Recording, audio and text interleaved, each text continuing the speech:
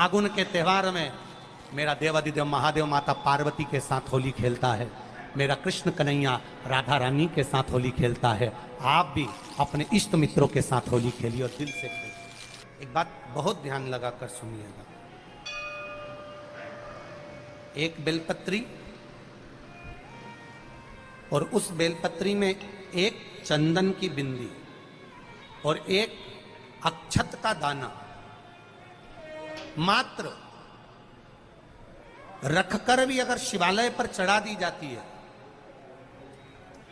एक बेलपत्री एक चंदन का बिंदी, और चंदन फिर निवेदन करेंगे आज के जमाने में तुम लोग सब घिसा घिसाया पड़ा पड़ाया डब्बी का सामान ले लेकर, वो नहीं, चंदन की मुठिया रखो, थोड़ा सा भी घिसो, जरा सा भी घिसो, उसकी एक बिंदी और एक चावल का दाना। जब हम भगवान देवादिदेव महादेव को समर्पित करते हैं, अपनी कामना कर कर समर्पित करते हैं, तो निश्चितता है कर भगवान उसका फल शीघ्र प्रदान कर देते हैं। भले आपने कुछ करा ना करा, उसका फल तुम्हें मिल जाए। शरीर में बहुत बड़ा रोग हो गया, छूटने को तैयार नहीं है, बड़े बड़े इलाज करवा लिए, बहुत दिखा लिया, बहुत सब दूर इलाज करवाया, सब दूर दिखाया, पर मिटने को तैयार नहीं है, तो फिर अबीर का प्रयोग,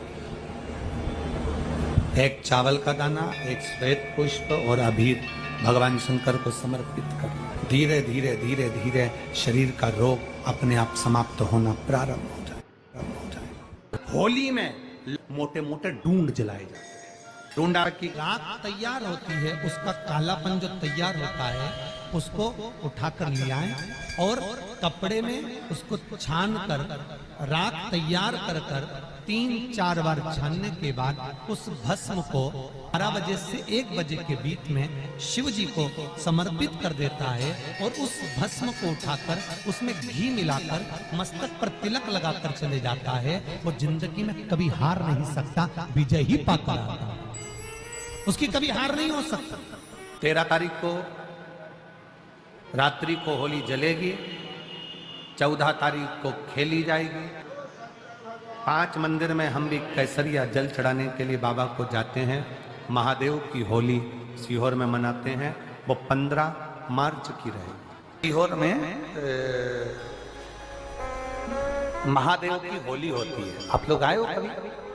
जैसे तुम्हारे ब्रज में होली होती है, ऐसे हमारे सीहोर में जिस दिन होली जलती है उसके दूसरे दिन नहीं, होली जल के दूसरे दिन तो द्रोणी होती है, उसके दूसरे मतलब जैसे आज होली जली है तो कल हमारे यहाँ महादेव की होली नहीं होगी, परसों ऐसा होता है। मतलब एक दिन बीच में छूटता है, क्योंकि उस दिन तो लोगों को सबके अपने अपने परिचितों के यहाँ जाना पड़ता है, कहीं कोई गमी में जा रहा है, कोई होली खेलने जा रहा है, कोई कुछ करने जा रहा है, तो उसके अगले दिन हमारे यहाँ महादेव की होली होगी।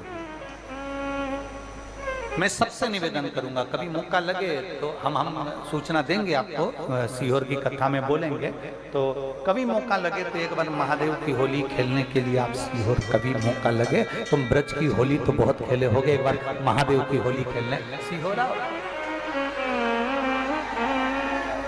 हमारा कुबेरेश्वर बाबा भी होली खेलता है, ऐसा रंग में रंगता है कि वो फिर रंग कभी छूटता ही नहीं। एक ही दिन करते हैं वहां, बस एक तो कभी अपने स्वभाव को नहीं बदलना। हम भी उसमें रहते हैं, पूरी होली में आपके साथ में गुलाल खेलने के हम भी साथ तुम्हारे साथ साथ चलते हैं, क्योंकि हम 5 महादेव के साथ होली खेलने के लिए उस दिन निकलते हैं। 5 महादेव, उस दिन हमारा नियम रहता है 5 महादेव के मंदिर जाना है, उनके साथ रंग खेल कर आना। 5 महादेव के साथ जो रंग खेला वो जिंदगी में पंचम इंद्री हो, चाहे वो कर्म इंद्री हो, चाहे वो ज्ञान इंद्री हो, चाहे वो मन रूपी इंद्री हो, ये सब भगवान के रंग में रंगी रहे, इसलिए हम 5 महादेव के साथ होली खेलने के लिए उस दिन निकलते हैं। कभी आपको मौका लगे तो आप अंदाजा लगाना, जो सीहोर के आसपास के हो या आसपास रहते हो, और छुट्टी मिल जाए तुम्हें होली के समय पर, तो उस समय पर स्मरण करना, जिस दिन होली जलती उस दिन नहीं, उसके दूसरे दिन भी नहीं, उसके तीसरे दिन शिव तत्व। सुबह हम जल्दी उस समय 9 बजे होली खेलने के लिए बाबा के साथ निकल गए। शिव तत्व,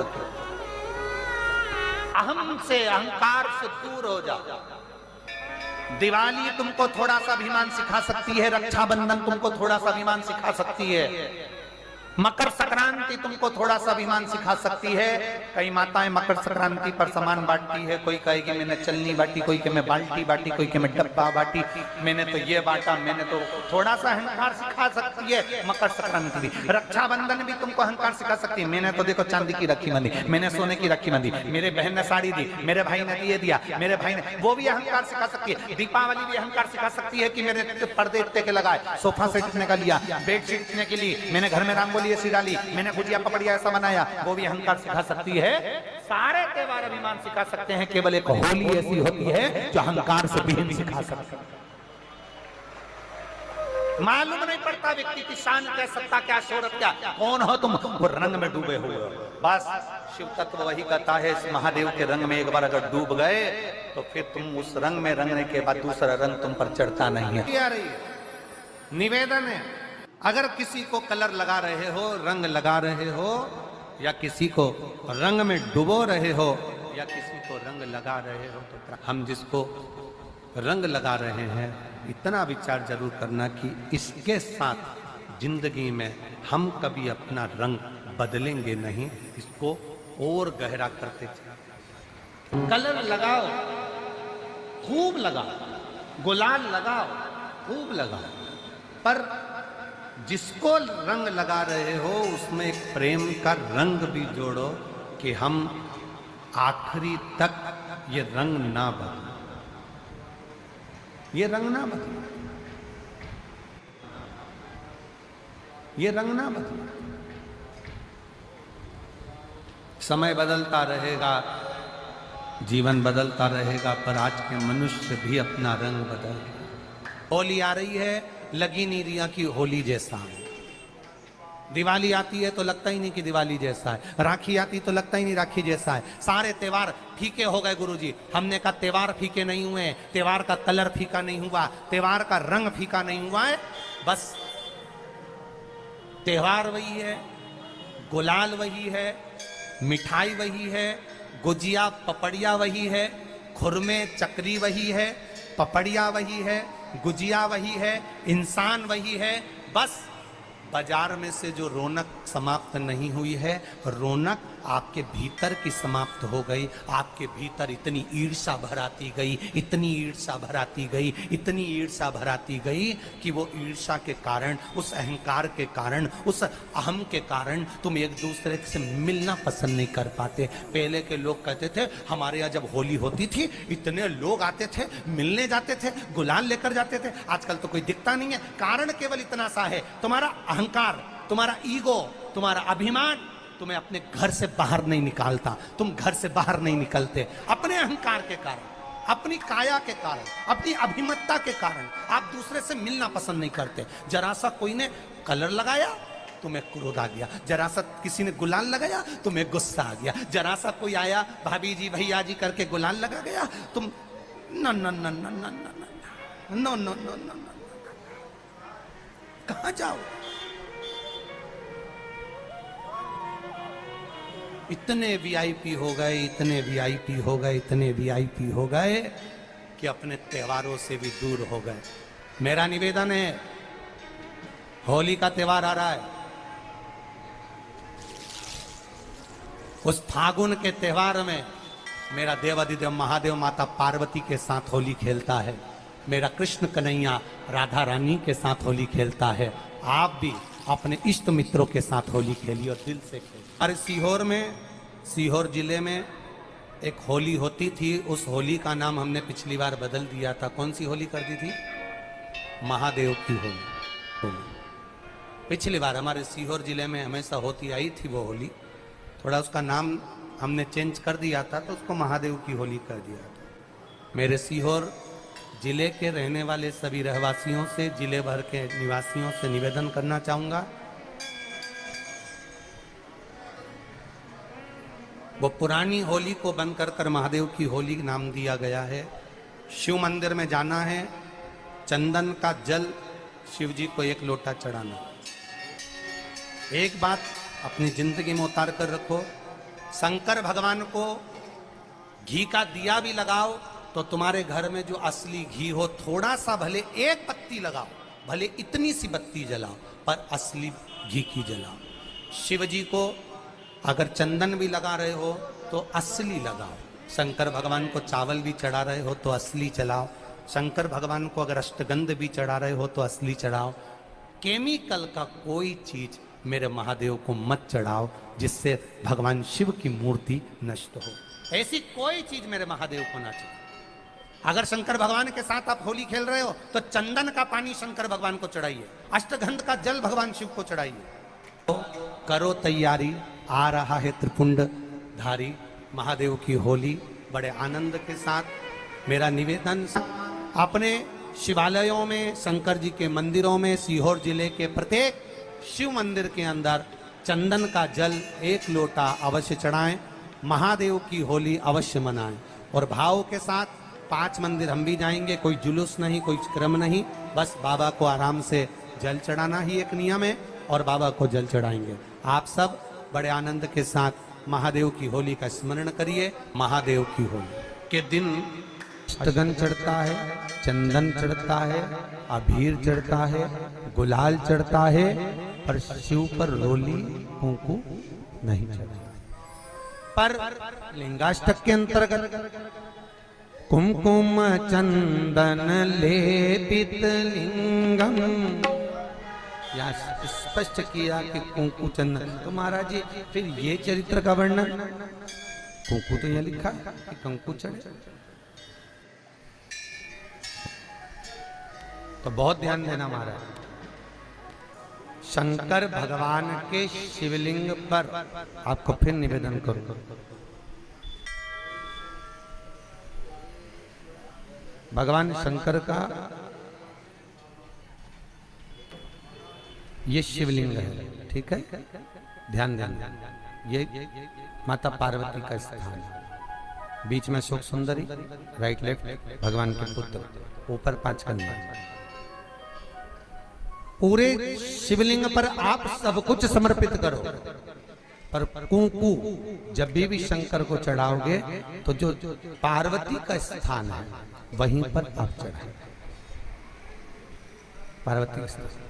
क्योंकि माता जगज्जननी जगदम्बा माता पार्वती ने शंकर से जो मांगा है, आपके शरीर पर रक्तांबर ना दे, ठीक है, आपके शरीर पर रक्तांबर ना महाराज।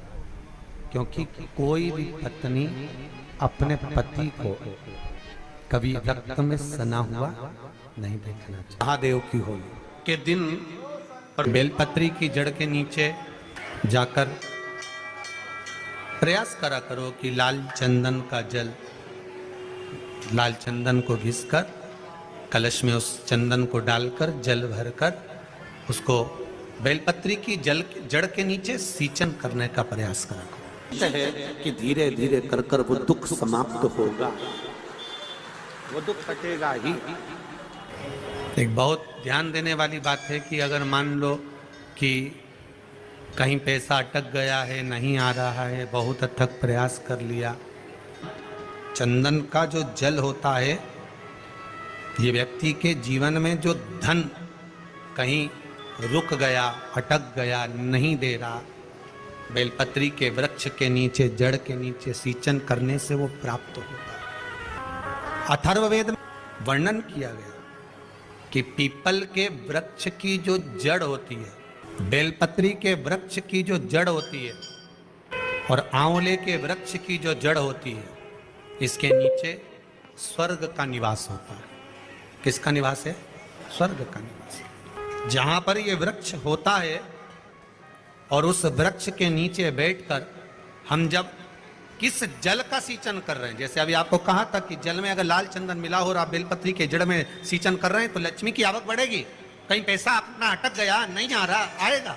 पीपल की जड़ में इत्र का जल, पीपल की जो जड़ होती है उसमें इत्र का पानी, थोड़ा सा जल, उसमें थोड़ा सा इत्र का भाग हो महाराज, और आप भगवान पीपल देव, पीपलेश्वर महादेव का स्मरण कर कर पीपल की जड़ में अगर जल चढ़ा रहे हैं और मान लो शरीर में कोई कष्ट हो गया है, शरीर में कोई रोग हो गया है, कोई मालूम पड़े ये हाथ 4 दिन से दुख रहा है, या 4 दिन से ये नस दब गई है, या ये कमर दब रही है, तो आप 2-4 दिन कर देखो। कलश के अंदर जल, जल में इत्र का थोड़ा सा भाग, पीपल की जड़ के नीचे आप उसका सींचन करिए पिपलेश्वर महादेव के नाम से।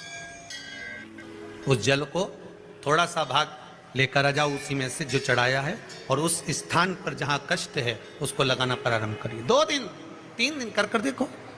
प्रैक्टिकल करने में क्या जाता है, सियोर वाला महाराज झूठ बोल रहा हो तो। कभी कभी अगर ऐसा लगे जीवन में कि दुख बहुत ज्यादा आ गया है, बहुत तकलीफ आ गई है, तो लाल चंदन को घिसकर उस लाल चंदन का लेपन भगवान शंकर पर कर कर फिर पानी चढ़ाओ। अगर कोई संकट भारी है और निकट रहा, जैसे किसी नारी का गर्भ नहीं ठहर रहा, 15 साल हो गए, 20 साल हो गए, 25 साल, जैसे इसने लिखा एक माता ने कि 18 साल की बेटी हो गई थी पर संतान में पुत्र नहीं, तो उसने भाव से कथा सुनी। ऐसे आपके भीतर अगर 20 साल हो गए, 25 साल हो गए, 30 साल हो गए, संतान का सुख ही नहीं है, लाल चंदन का लेपन बाबा भोलेनाथ पर करना प्रारंभ करो। पीठिका पर लाल चंदन का लेपन करना प्रारंभ करो। लाल चंदन से बाबा का श्रृंगार करना प्रारंभ करो। एक बेलपत्री पर लाल चंदन, दोनों पत्ती नीचे वाली, जो नीचे की जो 2 पत्ती होती है, इस पे लाल चंदन, और बीच वाली पत्ती पर पीला चंदन लगाकर बाबा के शिवलिंग को समर्पित करिए। बाबा से प्रार्थना करिए, रोज प्रार्थना करो। परंतु एक बात का स्मरण रहे, 25 साल हो गए, 20 साल हो गए, 30 साल हो गए, संतान नहीं, तो पहले जल से अभिषेक कराना, अभिषेक कराकर उस जल का आचमन करने के बाद हाथ को खासा करना, धोना, उसके बाद में फिर वापस बाबा का स्नान कराओ, फिर चंदन का लेपन कराओ, फिर 1 लोटा जल चढ़ाकर बाबा का स्नान कराओ। बाबा का बड़ा सुंदर भाव से लाल चंदन से जो अभिषेक करता है, बाबा को लेपन कर कर फिर जल चढ़ समर्पित करता है, निश्चित है उसकी गोदी मेरा देव अधिदेव महादेव जरूर भरता है, निश्चितता है। हम तो बेटियों से भी कहते हैं, जिसका विवाह नहीं हो रहा हो, 25 साल, 30 साल, 27 साल, 28 साल, 32 साल, 40 साल हो गए हो, नहीं हो रहा हो बेटा बेटी का विवाह, उसे लाल चंदन का प्रयोग अशोक सुंदरी वाली जगह पर 7 बिंदी लाल चंदन की लगाकर 7 बेलपत्र 7 बिंदी पर रखिए, और महाराज अपनी कामना कर कर भगवान से आइए, बाबा देगा, करेगा, 3-4 महीने में विवाह पक्का करेगा। ये लाल चंदन की महत्वता है, शिव तत्व। रोग बढ़ गया, बेलपत्री के वृक्ष के नीचे दीप लगाना प्रारंभ करो। बाबा से विनती कर कर घी का दिया लगाइए बेलपत्र वृक्ष के नीचे, बाबा से निवेदन करिए, रोग निवारण। एक लाल चंदन होता है, एक पीला चंदन होता है, 2 तरह का चंदन होता है। जैसे अगर हफ्ते में एक बार, कितने समय में, जम के बोलो जरा, हफ्ते में एक बार प्रयास करा करो कि लाल चंदन का पानी हम शिव जी को समर्पित करें।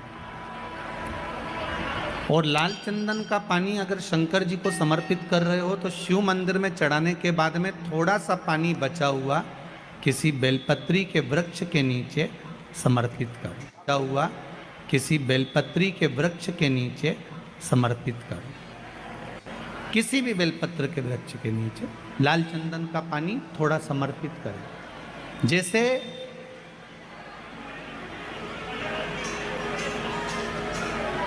अगर बच्चों का विवाह नहीं होता है, शादी नहीं होती है, तो अपन लोग क्या करते हैं कि भाई एक बेलपत्री का जो पत्ता होता है, उस पत्ते के बीच वाली जो पत्ती होती है, उस पत्ती पर अपन केसर को घिसकर, केसर को घोलकर उस पत्ती पर अपन केसर का तिलक लगा देते हैं। और केसर का तिलक लगाकर जिसका विवाह नहीं होता, उसकी ये बीच वाली उंगली पर, ये बीच वाली पत्ती को अंगूठे से टच कर कर उसको रख देते। उसका नाम और गोत्र बोलकर उस पत्ती को शंकर भगवान पर किसी भी प्रदोष के दिन शिव जी को समर्पित कर देते। बस इतना याद रखें कि इस पत्ती का जो मुख है वो जलाधारी की ओर होना चाहिए। जब हम चढ़ाएं उस समय पर केसर का तिलक लगाकर अंगूठे से उसको टच कर कर नाम गोत्र बोलकर, जिसका विवाह नहीं हो रहा है, शादी नहीं हो रही है, शिव जी को उसे चढ़ा दो किसी भी प्रदोष में।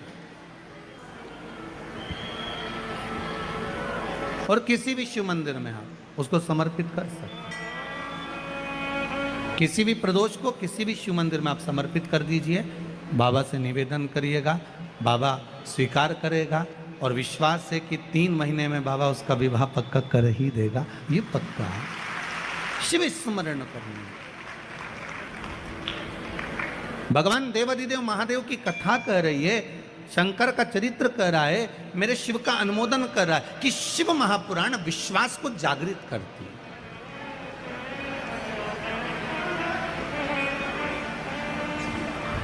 शिव महापुराण विश्वास को जागृत करने का कार्य करते हैं। और जब विश्वास की जागृतता हो, जैसे